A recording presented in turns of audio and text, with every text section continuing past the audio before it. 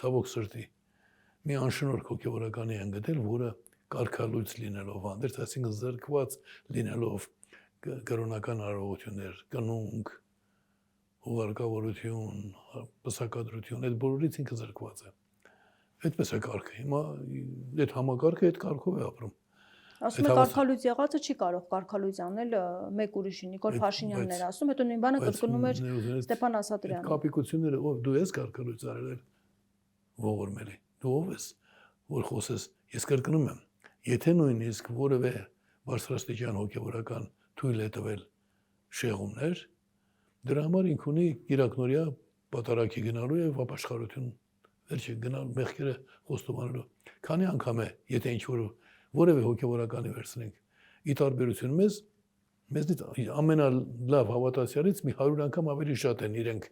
գնացել ու թողություն ստացել։ Հիմա դու ով եղար, որ քո կարծիքը ներկայացնելով ասես, որ դու ես ինչ բանի համար կարգալույծ ես եղած։ Կարող ես քո կարծիք ունենալ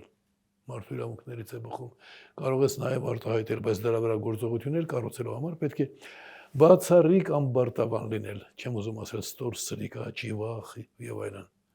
Այնպես որ այդ երիտասարդը, եթե հարգեր հայ առաքելական եկեղեցուն, ինքը կփորձեր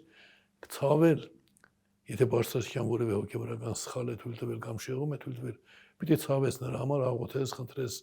Տիրոջը թողություն եւ այլն, դրանով նաև կանխարգելես քեզ նման շեղումներ թույլ տալուց։